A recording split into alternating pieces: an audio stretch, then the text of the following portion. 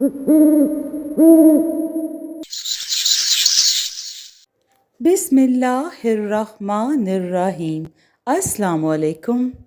तमाम video update के लिए मेरे चैनल को सब्सक्राइब कीजिए और बेल आइकन को ऑल पे कर लें ताकि दिलचस्प और बेहतरीन कहानियों का सिलसिला बर वक्त आपको मिलता रहे।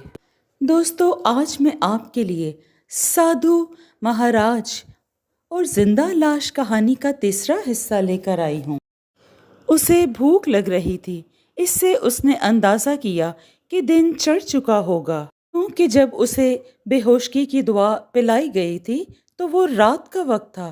कितना वक्त गुजर गया, कोई उसके पास नहीं आया था। साधु महाराज से अंगूठी मिलने के बाद पहली बार उसे भूख का एहसास हुआ था। गोया अब उसके जिस्म की तमाम तर कमजोरियां सामने आ गई थीं। उसे प्यास भी महसूस हो रही थी। कामरान ने देखा कि एक जगह कोने में कुछ गत्ते के बड़े बड़े डिब्बे पड़े हैं। इसने इन्हें खोला तो अंदर से टिन फ्रूट के डिब्बे बरामद हुए। अब सवाल ये था कि इन डिब्बों को खोला कैसे जाए। बड़ी मुश्किल से खोले। ये नाशपाती के टिन थे। नाशपाती के कुछ टुकड़े खाकर उसकी जान में जान आई। वो दीवार से टेक लगा कर सोचने लगा कि अब क्या करना चाहिए। इसने साधु महाराज को बहुत याद किया, कोई नतीजा बरामद ना हुआ। इसी शशोपंज में उसे नींद आ गई और वो सो गया। जब वो बेदार हुआ तो उसके सामने बल के इर्द गिर्द 10-12 हट्टे कट्टे स्मगलर पिस्तौल और खंजर ताने खड़े थे। जमशेद भी उनके दरमियान खड़ा था। कामरान को रस्सियों में जकड़ दिया गया था। उसने बतेरे हाथ पांव मारे, मुकाबला करने की कोशिश की, लेकिन आज वो एक कमज़ोर इंसान था। इसे गोली भी लग सकती थी और खंजर का जख्म भी लग सकता था। इसके अलावा वो अकेला 10-12 आदमियों का मुकाबला भी तो नहीं कर सकता था। उसे तय खाने से बाहर लाकर एक बंद गाड़ी में डाल दिया गया और गाड़ी रात के अंधेरे में किसी नामालूम शहर से बाहर रेत और पत्थरों के छोटे छोटे सनगलाख टीलों के बीच चलती रही। फिर समंदर की हवा कामरान के नथनों में आई। वो गाड़ी की पिछली सीट के दरमियान पड़ा था। गाड़ी रुक गई। उसे बाहर निकाला गया। सामने एक कश्ती खड़ी थी। उसे कश्ती में डाल दिया गया। जमशेद और उसके साथियों ने पिस्तौल हाथ में निकाल लिए और कश्ती का रुख खुले समंदर की तरफ कर दिया। काफी दूर समंदर में जाकर कश्ती रोक दी गई। जमशेद ने कड़क कर कहा, इस खूनी को लाया जाए जिसने मेरे जांबाज को समंदर में फेंक दिया था। कामरान को एक बार तो झुरझुरी सी आ गई। मौत का भयानक चेहरा उसकी आंखों के सामने था। अब उसे समंदर में डूब कर मरने से शायद कोई नहीं बचा सकता था। 2 हट्टे कट्टे स्मगलरों ने जमशेद के हुक्म पर उसे उठाकर समंदर में फेंक दिया।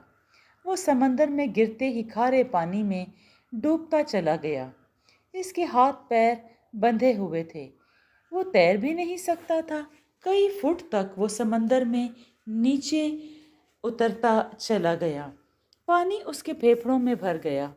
उसने खुदा को याद किया और मरने के लिए तैयार हो गया। समंदर के पानी ने उसे एक बार फिर समंदर से बाहर उछाल दिया। उसने आंखें खोलकर देखा, आसमान पर तारे चमक रहे थे। समंदर में अंधेरा फैला था और कश्ती का कहीं नामो निशान न था। वो लोग उसे समंदर में ही फेंक कर अंधेरे में गायब हो चुके थे।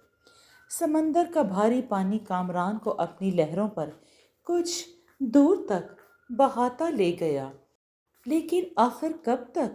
हाथ पांव बंधे होने की वजह से वो पानी में गोते खाने लगा। फिर अचानक यूं महसूस हुआ जैसे किसी ने उसके नीचे एक तख्ता सा रख दिया हो। वो उस तख्ते पर पानी की सतह से जरा सा ऊपर होकर बहने लगा। ये एक मौजज़ा हुआ था। क्या खुदा ने उसकी आह्वाज़ारी कबूल कर ली थी? वो लकड़ी के तख्ते की सख्ती अपनी पुश्त पर महसूस कर रहा था। वो लहरों पर तैरता चला जा रहा था। कहाँ किधर ये उसे कुछ मालूम नहीं था। उस पर अपने आप गनुदगी तारी होने लगी। फिर उसे नींद आ गई और वो सो गया। जाने कितनी देर वो सोता रहा। उसकी आंख खुली तो वो रेत पर पड़ा था। उसके हाथ पैर किसी ने खोल दिए थे। सर के ऊपर नीला आसमान था। वो उठकर बैठ गया। क्या देखता है कि सामने वही साधु महाराज धोती बांधे, हिरन की खाल पर आसन जमाए, हाथ में माला थामे बैठे जाप कर रहे हैं। आंखें बंद हैं और गले में हड्डियों की माला। कामरान ने अदब से झुककर सलाम किया। साधु महाराज ने अपनी लाल लाल आंखें खोलकर कामरान को देखा। उनकी आंखों में खामोशी और सरजनिश थी। तुमने वही किया जो बेवकूफ़ इंसान किया करते हैं, मूर्ख, अहमक हो। तुम्हारे बाप के कर्म की वजह से तुम्हें माफ़ कर दिया गया है। कामरान ने माफ़ी मांगी और आइंदा से मोहतात रहने और अक्ल से काम लेने का वादा किया। साधु महाराज ने अपने करमंडल से एक नीले रंग का छोटा सा मोती निकालकर कामरान की तरफ फेंका और कहा, इसे मुंह में डालकर पानी के साथ खा जाओ। साधु महाराज ने पानी से भरा हुआ कटोरा इसकी तरफ बढ़ाया। कामरान ने नीला मोती रेत पर से उठाकर मुंह में डाला और कटोरा मुंह से लगाकर गटागट पानी पी गया। नीले मोती के जिस्म के अंदर जाते ही उसने अपने बदन में एक नई तवानाई महसूस की। समंदर के क़यामत ख़ेज़ सफ़र और डूब डूब कर उभरने से इसके बदन में जो शदीद नकाहत तारी थी वो यकदम दूर हो गई। अभी वो साधु महाराज से उस मोती की खासियत के बारे में कुछ पूछने के बारे में सोच ही रहा था कि साधु बोला, सुनो मूर्ख इंसान, ये तुम्हारा आखिरी मौका है। अगर इस बार भी तुमने बेवकूफ़ी से काम लिया और अकल का दामन हाथ से छोड़ बैठे तो फिर मैं तुम्हारी कोई मदद नहीं कर सकूंगा। इस करामाती नीले मोती का सबसे पहला असर ये होगा कि एक हफ्ते बाद तुम्हारी लंबी और टेढ़ी गर्दन सीधी होकर अपनी सही जगह पर आ जाएगी। इसके बाद तुम्हें ऐसा करना होगा कि पूरनमाशी पूरे चांद की रात को इसी जगह तुम इस वक्त बैठे हो आकर खड़े हो जाना और आंखें बंद करके चांद की तरफ मुंह किए रखना। दिल ही दिल में मेरा ख्याल लाना। 10 मिनट बाद आंखें खोलकर समंदर में चलो, फिर पानी लेकर उसे पी लेना। फिर तुम में इतनी शक्ति आ जाएगी कि तुम जिस वक्त और जब मेरा नाम लेकर अपना बायां हाथ अपनी आंखों पर रखोगे तुम गायब हो जाओगे। फिर तुम सबको देख सकोगे मगर तुम्हें कोई नहीं देख सकेगा। जब तक तुम गायब रहोगे ना तो तुम्हारा कोई बोझ होगा और ना वजूद और ना कोई साया होगा। तुम दीवार के बीच में से भी गुजर जाओगे और किसी को दिखाई नहीं दोगे। फिर जिस वक्त तुम जाहिर होना चाहो उसी तरह एक हाथ अपनी आंखों पर रखकर दिल में मेरा तसव्वुर लाकर मेरा नाम पुकारना, तुम जाहिर हो जाओगे। अब तुम अपनी आंखें बंद कर लो। कामरान ने अपनी आंखें बंद कर लीं। जब खोली तो ना वहाँ साधु महाराज था और ना वो लकड़ियों की ढेरी जिसमें से धुआं उठ रहा था। उसके करीब ही चमड़े का एक थैला पड़ा था। कामरान ने जल्दी से थैला खोला। उसमें नए कपड़े और एक चप्पल थी। एक लिफाफे में भुनी हुई बतख और पानी की बोतल थी। इसने जल्दी से नए कपड़े पहनकर भुनी हुई बतख से पेट भरा और बोतल का सारा पानी पी गया। बाद में उसे ख्याल आया कि खुदा जाने ये किस जगह पर है और यहाँ पीने का पानी कहीं से मिलेगा या नहीं। साधु महाराज के हुक्म के मुताबिक अभी उसे एक हफ्ता यहाँ ठहरना था। एक हफ्ते बाद चांद रात थी। कामरान ने सोचा कि सबसे पहले तो इस मुकाम का जायज़ा लेना चाहिए। चुनाचा वो एक तरफ चल पड़ा। ये जगह कोई जजीरा मालूम हो रही थी। कहीं कहीं नारियल के दरख्तों के झुंड थे, रेत के टीले भी थे। जंगली झाड़ियां भी उगी हुई थीं। कुछ दूर समंदर के साथ साथ चलने के बाद उसे सामने एक बारादरी सी न दिखाई दी। करीब पहुंचकर मालूम हुआ कि वहां एक लकड़ी का तख्त बिछा है, पानी का एक मटका भरा पड़ा है, पास ही फलदार दरख्त भी लगे हैं। कामरान समझ गया कि ये साधु महाराज की करामात हैं। कामरान को उस जजीरा नुमा में रहते हुए एक हफ्ता गुजर गया था, तो उसने महसूस किया कि उसकी गर्दन सीधी होकर अपनी असली हालत पर आ गई है। इस दौरान वो जंगली फल खाकर और मटके का पानी पीकर गुजारा करता रहा। 10वें रोज आसमान पर 14वीं का चांद चमक रहा था। कामरान उसी चांदनी रात का इंतजार कर रहा था। वो समंदर में नहाया, कपड़े धोकर पहने, दूर समंदर के किनारे इसी जगह आकर खड़ा हो गया जहां साधु ने उसे कहा था।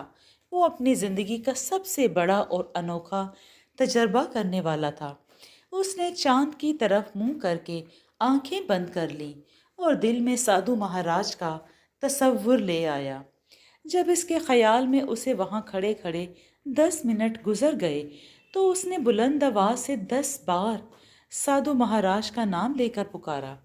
फिर आंखें खोल दी, समंदर की तरफ गया, चुल्लू भर पानी निकाल कर पिया और अपनी जिंदगी के अजीम तरीन तजर्बे के लिए तैयार हो गया। उसने आंखें बंद कर ली, साधु महाराज का तसव्वुर किया और अपना बायां हाथ आंखों पर रख लिया। पहले तो उसे महसूस हुआ कि कुछ भी नहीं हुआ, उसका हाथ वैसे ही आंखों पर धरा था। लेकिन जब उसने आंखें खोली तो उसे अपना हाथ दिखाई न दिया। झुक कर देखा तो उसकी टांगें, पेट, दूसरा बाजू भी गायब था। वो मुसर्रत और हैरत से दहशत ज़दा होकर रह गया था। वो गायब हो चुका था। चांदनी रात में साहिल समंदर की रेत पर चलते हुए उसने घूम कर देखा। इसे रेत पर अपने पाँव के निशानात तक दिखाई नहीं दे रहे थे।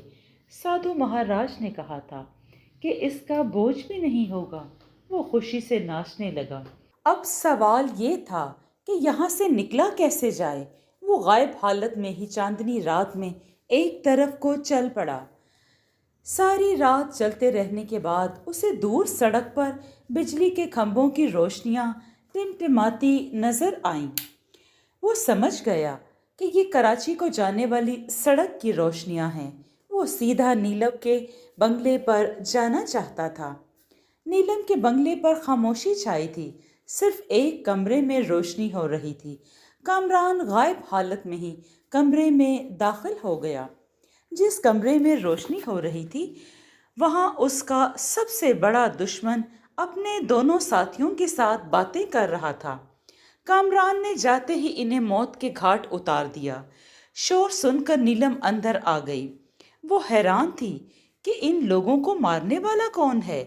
कामरान ने कहा, नीलम, ये तुम्हारे सबसे बड़े दुश्मन थे जो दोस्तों के लिबास में तुम्हारे पास काम कर रहे थे। मैंने इन्हें खत्म करके तुम्हें इनसे बचा दिया है। नीलम ने कामरान की आवाज पहचान ली थी। इसने कहा, कामरान, तुम कहाँ हो? तुम दिखाई क्यों नहीं देते हो? कामरान ने उसे सारी कहानी सुनाई और कहा कि अब वो उसे कभी दिखाई नहीं देगा। नीलम उसे बुलाती रह गई, मगर कामरान ऐसी बुरी जगह पर नहीं रहना चाहता था। वो बंगले से निकलकर बाहर सड़क पर आ गया। सड़क पर कभी कभी कोई गाड़ी गुजर जाती थी। कामरान शहर की तरफ रवाना हो गया। रात आधी से ज्यादा गुजर चुकी थी। चलते चलते आखिर वो एक चौक में पहुंच गया। यहाँ एक कार खड़ी थी। इसका ड्राइवर उतरकर उसकी मुरम्मत कर रहा था। कामरान को पता था कि जब कार ठीक हो गई तो वो शहर को जाएगा। चुनाचा वो गाड़ी की पिछली सीट पर जाकर बैठ गया। थोड़ी देर बाद जब गाड़ी ठीक हो गई तो उसे लेकर शहर की तरफ रवाना हो गया। इसे बिल्कुल मालूम नहीं था कि इसकी पिछली सीट पर एक ऐसा आदमी बैठा है जो किसी को दिखाई नहीं देता। कामरान का दिल इस शहर से भर गया था। गाड़ी ने इसे शहर के वस्त में पहुंचा दिया। अब दिन निकल आया था। शहर के होटल और दुकानें کھل گئی تھی۔ کامران ایک ہوٹل میں داخل ہو گیا۔ یہاں اس نے باورچی خانے میں جا کر ناشتہ کیا اور پھر باہر آ کر سڑک پر کھڑا ہو گیا۔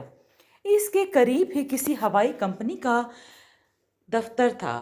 وہاں ایک بس تیار کھڑی تھی۔ ڈرائیور نے کہا، چلو بھائی جلدی کرو، جہاز کے اڑنے کا وقت ہو گیا ہے۔ کامران کے دل میں خیال آیا، کیوں نہ ہوائی جہاز میں بیٹھ کر کسی دوسرے ملک کو روانہ ہو جائے۔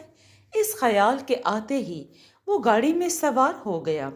اس گاڑی نے اسے کراچی کے ہوائی اڈے پر پہنچا دیا۔ رن وے پر جہاز تیار کھڑا تھا۔ کامران کو کوئی دیکھ تو نہیں سکتا تھا۔ وہ بھی دوسرے لوگوں کے ساتھ جہاز میں سوار ہو گیا۔ جہاز میں ساری سیٹیں بھری ہوئی تھیں۔ ایک جگہ کونے میں لگ کر کھڑا ہو گیا۔ آخر جہاز کا دروازہ بند کر دیا گیا۔ جہاز کے انجن چلنے لگے۔ جہاز نے رن وے پر رینگنا شروع کر دیا۔ تھوڑی دیر بعد وہ ہوا میں بلند ہو گیا۔ کامران کو بالکل خبر نہیں تھی کہ وہ کس طرف کو جا رہا ہے۔ جہاز سفر طے کرتا رہا۔ کوئی 4 گھنٹے بعد جہاز تہران کے ہوائی اڈے پر پہنچ گیا۔ اب کامران نے سنا کہ وہ تہران کے ہوائی اڈے پر ہے۔ اس نے سوچا کہ ابھی اور آگے جانا چاہیے، ذرا یورپ کی سیر کرنی چاہیے۔ جہاز نے ٹیک آف کیا اور تہران سے آگے روانہ ہو گیا۔ کچھ دیر بعد وہ فرینکفرٹ پہنچ گیا۔ یہاں سے اڑ کر جہاز پیرس پہنچا تو کامران دوسرے مسافروں کے ساتھ اتر گیا۔ پیرس اس نے پہلے کبھی نہیں دیکھا تھا۔ ہاں، اس نے اس شہر کی تعریف بہت سنی تھی۔ اب اسے بڑی بھوک لگ رہی تھی۔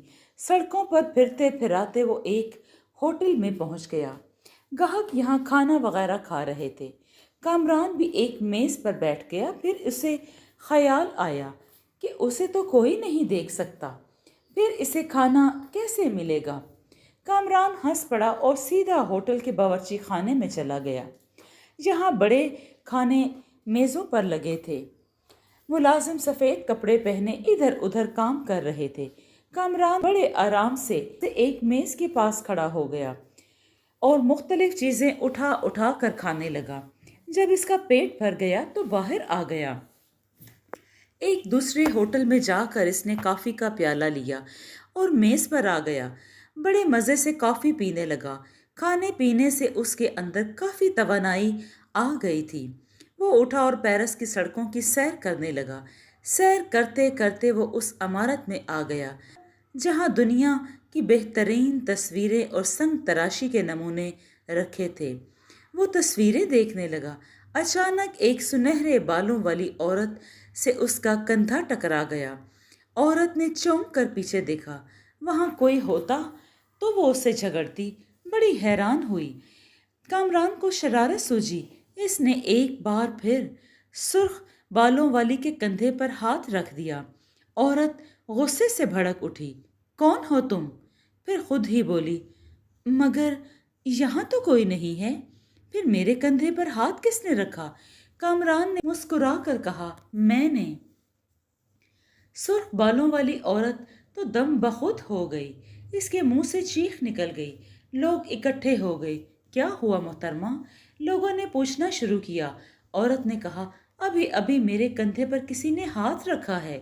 لوگوں نے کہا، وہاں تو کوئی بھی نہیں تھا، وہ تو اکیلی کھڑی تھی۔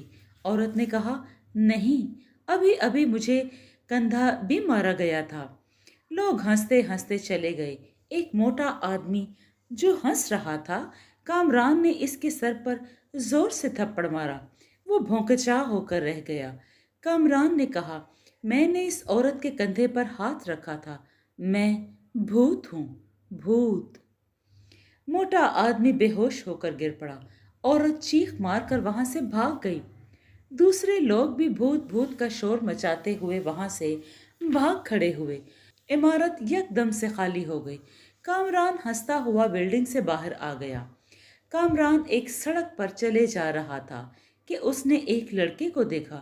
پھٹے پرانے کپڑے پہنے ہوئے تھے اور ہاتھ میں دودھ کا گلاس لیے جا رہا تھا۔ اسے اس کی حالت پر بڑا رحم آیا۔ وہ اس کے ساتھ ساتھ چلنے لگا، اس خیال سے کہ وہ ضرور اس کی مدد کرے گا۔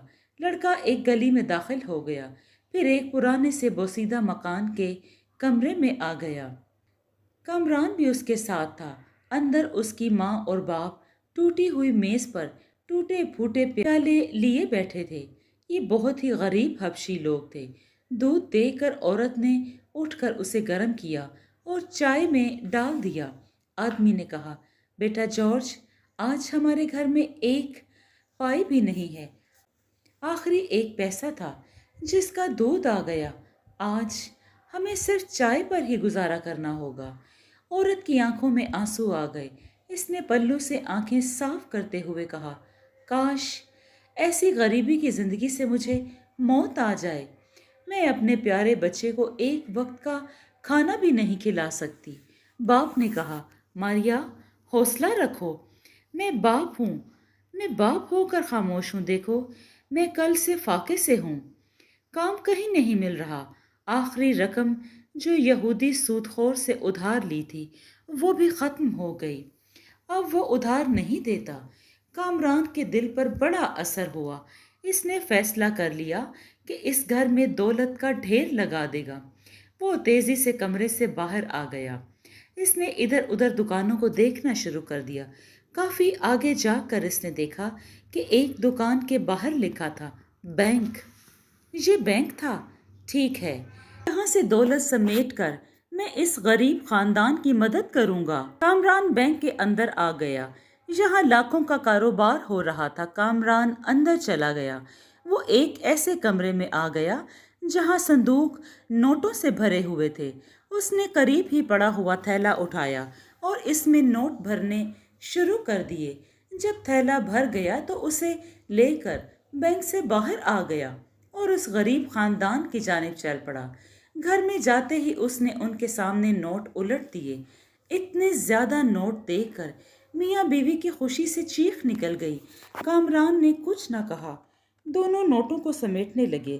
آدمی نے کہا، یہ کہاں سے آ گئے؟ کسی نے یہاں لا کر پھینک دیے۔ یہاں تو کوئی بھی نہیں ہے۔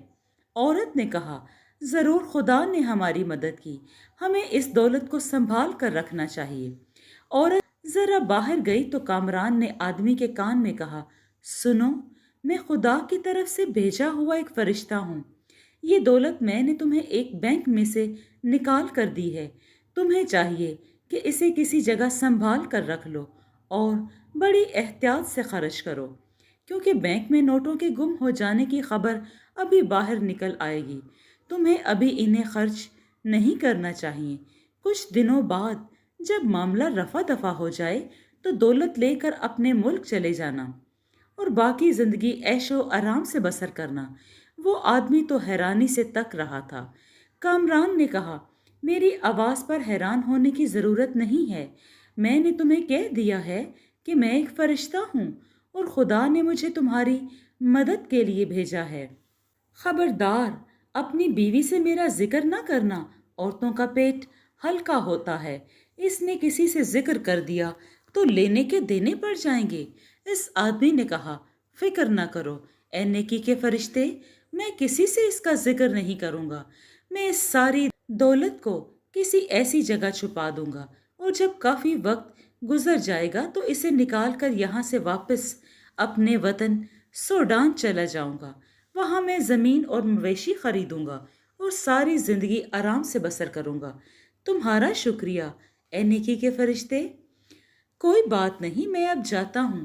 کامران اتنا کہہ کر وہاں سے نکل آیا۔ وہ بینک کے قریب سے گزرا تو اس نے دیکھا وہاں بھیڑ لگی ہوئی تھی۔ پولیس کی گاڑیاں کھڑی تھیں۔ لوگ کہہ رہے تھے کہ بینک میں ڈاکہ پڑ گیا ہے، کوئی 10 لاکھ کے نوٹ نکال کر غائب ہو گیا ہے۔ کامران ہنس پڑا، ان کمبختوں کو اب وہ 10 لاکھ کے نوٹ کبھی نہ مل سکیں گے۔ ایک غریب انسان ان روپوں کی مدد سے زمین خریدے گا، مویشی رکھے گا اور اپنے بچوں کا پیٹ پالے گا۔ کامران آگے نکل گیا۔ یہ سڑک شہر سے باہر چلی گئی تھی۔ ایک جگہ اس نے ایک نیلے رنگ کی سپورٹس کار کھڑی دیکھی۔ اس کے اندر چابی لٹک رہی تھی۔ کامران اس پر سوار ہو گیا۔ اس نے کار سٹارٹ کی اور چل پڑا۔ کار کی آواز سن کر دکان میں سے ایک نوجوان باہر نکلا और हैरानी से अपनी कार को हवा से बातें करता देखने लगा। फिर इसने पुलिस वालों को खबर कर दी कि कोई चोर उसकी गाड़ी लेकर फरार हो गया है। पुलिस वालों की गाड़ी कामरान के पीछे लग गई। कामरान की नीली कार शहर से बाहर सड़कों पर फर्राटे भरती जा रही थी। पीछे पुलिस की गाड़ी थी। इंस्पेक्टर आगे बैठा था। 7 सिपाही गाड़ी चला रहा था। पुलिस ने आंखें सुकेड़ कर आगे देखते हुए कहा, सर, मुझे ऐसा लगता है कि कार में ड्राइवर नहीं है। इंस्पेक्टर ने इसे गाली देकर कहा, हरामखोर, अगर कार में ड्राइवर नहीं है तो गाड़ी तेरा बाप चला रहा है। गोली के डर से इसने सर नीचे कर लिया होगा। पुलिस की गाड़ी कामरान के बिल्कुल साथ आ गई। इंस्पेक्टर ने जूं ही खुली छत वाली नीली कार पर नजर डाली तो उसके हाथों के तोते उड़ गए। कार में कोई ड्राइवर नहीं था और वो 80 मील फी घंटा की रफ्तार से उड़ी जा रही थी। सिपाही ने कहा, सर, अब बताइए, मैं न कहता था कि कार में ड्राइवर नहीं है। कार ड्राइवर के बगैर ही चली जा रही है। मगर ये कैसे हो सकता है? हो सकता है, क्या नहीं हो सकता? हमारी आंखों के सामने हो रहा है। मैं तो कहता हूँ अभी वापस चलिए, मामला गड़बड़ मालूम होता है। इंस्पेक्टर को भी पसीना आ गया। वो डर गया था। इसने वायरलेस पर पीछे इत्तला दी, सर, कार बगैर ड्राइवर के जा रही है। पीछे से किसी ने इसे जोरदार झाड़ दी। क्या बकवास कर रहे हो? कार बगैर ड्राइवर के कैसे चल सकती है? तुम्हारी आंखें खराब हो गई हैं। गौर से देखो, ड्राइवर कहीं सीट के नीचे छुपा होगा। इंस्पेक्टर ने बड़े गौर से कार को देखा। कार बड़ी तेजी से उड़ी जा रही थी मगर ड्राइवर नहीं था। इसने दोबारा वायरलेस पे कहा, सर, ड्राइवर बिल्कुल भी नहीं है। उधर से आवाज आई, तो क्या कार रेडियो कंट्रोल है? इंस्पेक्टर ने कहा, हो सकता है सर। इतने में कामरान ने एक गोली चला दी। गोली इंस्पेक्टर के सर की टोपी उड़ाती हुई दूसरी तरफ निकल गई। इसने जल्दी से कहा, नहीं नहीं सर, कार रेडियो से कंट्रोल नहीं हो रही। अभी अभी इसने अंदर से गोली चलाई है। दूसरी तरफ से आवाज आई, गोली चलाकर कार का टायर फाड़ दो। Yes sir. इंस्पेक्टर ने गाड़ी पीछे कर ली और ऊपर तले कार के पहियों पर 6-7 फायर कर दिए। कामरान की गाड़ी के टायर पंक्चर हो गए। कार रुक गई। कामरान बाहर आकर एक दरख्त के पास खड़ा हो गया। इंस्पेक्टर ने कार रोक ली। वो सिपाही को साथ लेकर नीचे उतरा और कामरान की गाड़ी के पास डरते डरते आया। यहाँ तो कोई नहीं है, सिपाही ने कांपते हुए कहा। मुझे तो कोई भूत ही लगता है सर। खामोश, बकबक बंद करो और मुझे सोचने दो। उन्होंने इधर उधर देखा, वहां कोई भी नहीं था। उसने वायरलेस पे कहा, सर, कार रुक गई है, पिछले दोनों टायर फाड़ दिए गए हैं, मगर यहाँ कोई भी नहीं है। ख्याल है ये किसी भूत की कारस्तानी है। उधर से झाड़ पड़ी। बकबक बंद करो मोटे, हम आ रहे हैं। कामरान खामोश खड़ा ये तमाशा देख रहा था। इतने में पुलिस की दूसरी गाड़ी भी वहां पर आन पहुंची। इसमें से सूखा सा एक पुलिस इंस्पेक्टर बाहर निकला। इसने ऐनक चढ़ाकर बड़े गौर से कामरान की खाली गाड़ी को देखा और मोटे इंस्पेक्टर से कहा, जरूर मुलजिम भाग गया होगा। तुम अहमक अफसर हो, तुम्हें पता नहीं चल सका होगा। मोटे इंस्पेक्टर ने कहा, नहीं जनाब, मैंने एक पल के लिए भी निगाह इधर उधर नहीं की। बंद करो अपनी बकवास। कामरान ने देखा कि पुलिस की दोनों गाड़ियां खाली पड़ी थीं। एक गाड़ी में चाबी लटक रही थी। कामरान ने अंदर बैठकर कार स्टार्ट की और उसे लेकर भाग गया। पकड़ो पकड़ो, सूखे इंस्पेक्टर ने शोर मचा दिया। ये चोर ही था जो मेरी गाड़ी भी ले उड़ा। मैंने कहा था ना कि वो इसी जगह पर कहीं छुपा बैठा है। मगर तुम नहीं माने। उल्लू के दुम, इसका पीछा करो। दोनों इंस्पेक्टर और सिपाही गाड़ी में सवार हो गए और कामरान की गाड़ी का पीछा करने लगे। काफी दूर जाकर खुली सड़क पर उन्होंने कामरान की गाड़ी को पकड़ लिया। सिपाही ने एक बार फिर डरते डरते कहा, जनाब, ये गाड़ी भी बगैर ड्राइवर के ही जा रही है। सूखे इंस्पेक्टर ने डांट कर कहा, बकवास मत करो, दुनिया में अभी ऐसी गाड़ी ऐजाद नहीं हुई जो बगैर ड्राइवर के चल सके। चोर इसी गाड़ी में होगा और अंदर छुपा होगा। मोटा इंस्पेक्टर भी आंखें फाड़ फाड़ कर कामरान की गाड़ी को तकने लगा। इसे अंदर कोई ड्राइवर नजर नहीं आ रहा था, वो कांप गया। सूखे इंस्पेक्टर ने कहा, गाड़ी के पहिए फाड़ दो। सिपाही ने कहा, जनाब ये पुलिस की गाड़ी है। सूखे इंस्पेक्टर ने चीख कर कहा, अरे तो तुम्हारे बाप की गाड़ी तो नहीं है, कहा ना कि गोली चलाओ टायरों पर। सिपाही ने पिस्तौल वाला हाथ बाहर निकाल कर कामरान की गाड़ी यानी पुलिस की गाड़ी पर गोली चलाना शुरू कर दी। 4 गोलियां हवा में निकल गई। 5वीं गोली ने कार के एक टायर और छोटी गोली ने दूसरे टायर को फाड़ दिया। गाड़ी रुक गई। कामरान फिर बाहर निकलकर दरख्त के पास खड़ा हो गया। पुलिस की गाड़ी भी वहां आ गई। सूखे इंस्पेक्टर ने पिस्तौल निकाल कर कहा, खबरदार चोर के बच्चे, बाहर निकल आओ गाड़ी से। गाड़ी के अंदर कोई होता तो बाहर निकलता, वहां तो कोई भी नहीं था। कामरान तो दरख्त के पास खड़ा इन्हें देख देख कर मुस्कुरा रहा था। दोनों इंस्पेक्टर आगे बढ़े। क्या देखते हैं कि वहां कोई भी नहीं था। सारी गाड़ी खाली पड़ी थी। जनाब मैंने पहले भी कहा था कि गाड़ी बगैर ड्राइवर के ही चल रही है। बकवास बंद करो, मोटे इंस्पेक्टर ने चीख कर कहा। सिपाही एकदम अटेंशन हो गया। यस सर, इंस्पेक्टर ने कहा, वो ज़रूर कम बख्त यहीं कहीं छुपा होगा, इसे तलाश करो। उन्होंने कामरान की तलाश शुरू कर दी। कामरान पुलिस की आखिरी गाड़ी के पास गया। चाबी इसकी भी इंजन के साथ ही लटक रही थी। कामरान बड़े आराम से गाड़ी की अगली सीट पर बैठा। इसने चाबी घुमाकर इंजन स्टार्ट किया। इंजन की आवाज़ सुनकर दोनों इंस्पेक्टरों ने घूम कर देखा। पकड़ो पकड़ो, चोर हमारी गाड़ी लिए जा रहा है। इससे पहले कि वो भाग कर आते, कामरान गाड़ी स्टार्ट कर चुका था और इनके करीब से गर्द उड़ाता हुआ तेजी से गुजर गया। सिपाही ने डरते डरते कहा, जनाब ये गाड़ी भी बगैर ड्राइवर के ही थी। बकवास मत करो तुम, क्या बार बार एक ही बात की रट लगा रखी है। मोटे इंस्पेक्टर ने चीख कर कहा, यस सर। अब इनके पास कोई गाड़ी नहीं थी, वायरलेस भी नहीं था कि जिस पर थाने में इत्तला की जाती और दूसरी गाड़ी मंगवा ली जाती। मजबूरन वो सड़क पर जाकर खड़े हो गए। काफ़ी देर बाद एक ट्रक आया और इस ट्रक पर सवार होकर वो शहर रवाना हुए। कामरान ने देखा कि गाड़ी में वायरलेस भी लगा है। इसी ने वायरलेस पर सारे पुलिस के थानों को इत्तला कर दी। देखो, नीली कार वाला चोर 2 सिपाहियों का खून करके दरिया की तरफ भाग गया है, इसका ताक़ुब करो। अब इस इत्तला का ये असर हुआ कि सारे शहर के थानों की गाड़ियों ने दरिया की तरफ भागना शुरू कर दिया। कामरान बड़े आराम से गाड़ी चलाता हुआ हवाई अड्डे पर आ गया।